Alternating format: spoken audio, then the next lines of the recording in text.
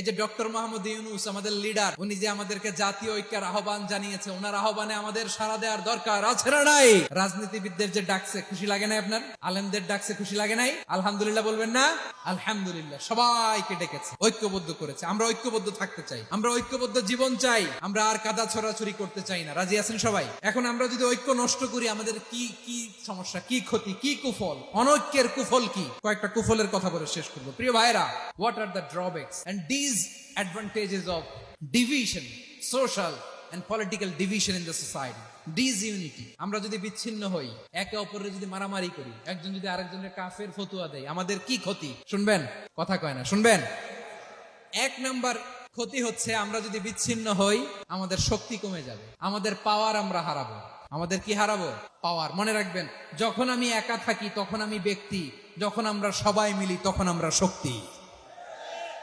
এই শক্তি নিয়ে আমাদের সামনে এগিয়ে যাওয়ার দরকার আছে না নাই?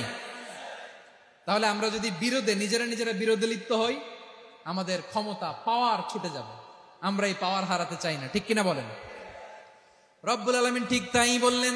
রব্বুল আলামিন বললেন, খবরদার, ওয়াতিউল্লাহ ওয়া রাসূলাহু ওয়া লা তানাযাউ ফাতাফশালু ওয়া তাযহাবা রিহুকুম ওয়াসবিরু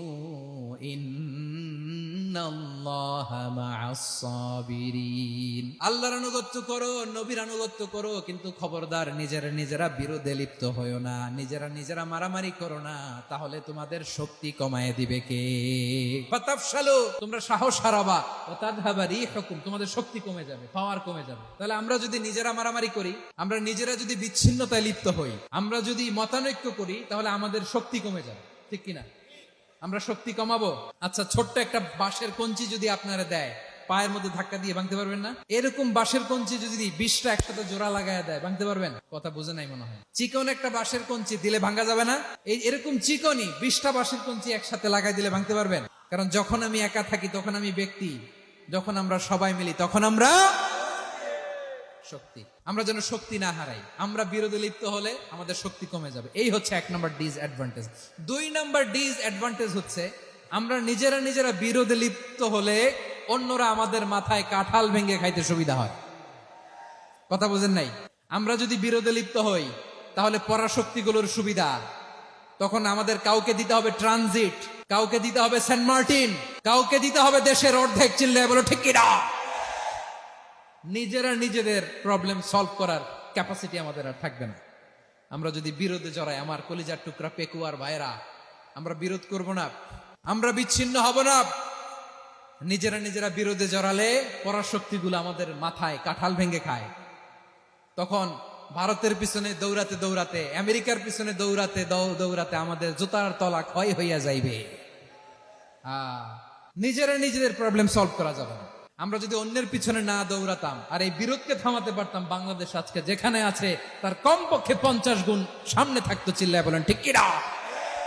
তাহলে 1 নম্বর ক্ষতি হচ্ছে, আমাদের পাওয়ার লেস হয়ে যায়, আমরা দুর্বল হই যদি আমরা বিরোধ করি। 2 নম্বর হচ্ছে, পরাশক্তিগুলোর সুবিধা নেয়। 3 নম্বর হচ্ছে, আমাদের উন্নয়ন, দেশের উন্নতি, অগ্রগতি, এটা স্থবির হয়ে যায়, এটা বাধাগ্রস্ত হয়। প্রিয় ভাই, ইউনিটি, ঐক্য হচ্ছে একটা দেশের উন্নয়নের মূল ভিত্তি। 2 জন কইছে ঠিক। এদিকে এখন কয়েকজন কইছে ঠিক। ঐক্য হচ্ছে একটা দেশের, জাতীয় ঐক্য হচ্ছে কোন দেশের উন্নয়ন, অগ্রগতির মূল ভিত্তি, ঠিক কিনা বলেন? ইউনিটি অফ এ কান্ট্রি, এটা হচ্ছে একটা সাস্টেইনেবল ডেভেলপমেন্ট, সোশ্যাল স্ট্যাবিলিটির জন্য এটা অনেক গুরুত্বপূর্ণ। এজন্য বিরোধের কোন স্থান আমরা দিব না, আমরা ঐক্যবদ্ধ থাকবো ইনশাআল্লাহ বলেন। আর কখনো কাউরে কাফের বলে গালি দিবেন? তুই জাহান্নামী বলবেন?